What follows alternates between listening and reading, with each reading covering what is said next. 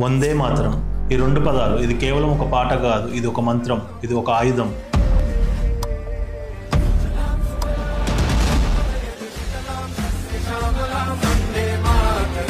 ఈ రోజు మనం ఈ పాట గురించి ఎందుకు మాట్లాడుకుంటున్నామంటే, ఈ పాట పుట్టి సరిగ్గా ఈ సంవత్సరానికి 150 సంవత్సరాలు పూర్తయ్యాయి. 1875లో బంకిం చంద్ర చటర్జీ గారు ఒక ప్రభుత్వ ఆఫీస్లో క్లర్క్ గా పనిచేస్తున్నారు. బయట బానిస సంఖ్యలో ఉన్న తన దేశాన్ని, తన భరతమాతను చూశాడు. లోపల ఆవేదన, కోపం, దుఃఖం అన్నీ కలిపి ఆయన గుండెల నుంచి వచ్చిన అక్షరాలే వందే మాతరం. ఆయన ఆ రోజు మన జాతీయ గేయం రాస్తున్నాను అనుకోలేదు. కేవలం తన బాధను, తన ప్రేమను, ఆ తర్వాత దాన్ని తన ఆనంద్ మఠ్ నవల్లో ప్రచురించారు. కొన్నేళ్ల పాటు అది ఒక పుస్తకానికి పరిమితమైంది. కానీ 1905 సంవత్సరంలో బ్రిటిష్ వాడు బెంగాల్ను మతం పేరుతో విభజించాలని చూసినప్పుడు ఒక్కసారిగా ఆ పాట నిద్రలేచింది. లక్షలాది మంది ప్రజలు, హిందువులు, ముస్లింలు, కులం, మతం తేడా లేకుండా రోడ్ల మీదకి వచ్చి ఒక గొంతుతో నినదించారు. అదే వందే మాతరం. ఆ రోజు అది ఒక పాట కాదు, ఒక వార్ క్రైగా మారింది. వందే మాతరం అని అరుస్తూ ఉరికొయ్యలెక్కిన కాదిరాం బోస్ లాంటి యోధులు ఉన్నారు. బ్రిటిష్ వాడు ఎంత భయపడ్డాడంటే వందే మాతరం అని పలకడాన్ని నిషేధించాడు. ఒక పాట ఒక ప్రభుత్వాన్ని కూల్చేంత శక్తివంతంగా మారింది. ఇంత చరిత్ర ఉన్న ఈ పాట మన జాతీయ గీతం ఎందుకు కాలేదు? స్వతంత్రం వచ్చిన తర్వాత జనగణ మనకు వందే మాతరంకు మధ్య పోటీ వచ్చింది. కానీ వందే మాతరం పాట ఉన్న ఆనంద్ మఠ్ నవల్లో హిందూ దేవుళ్ళ ప్రస్తావనలు,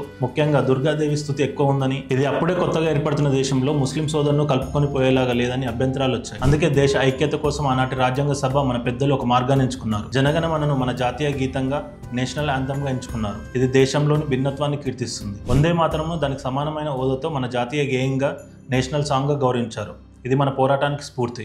ఈ రోజు మనం ఈ పాటని కేవలం ఒక పాత జ్ఞాపకంగా మాత్రమే చూడకూడదు. ఇది మనకు ఒక స్ఫూర్తి, మన వారసత్వం. జై హింద్.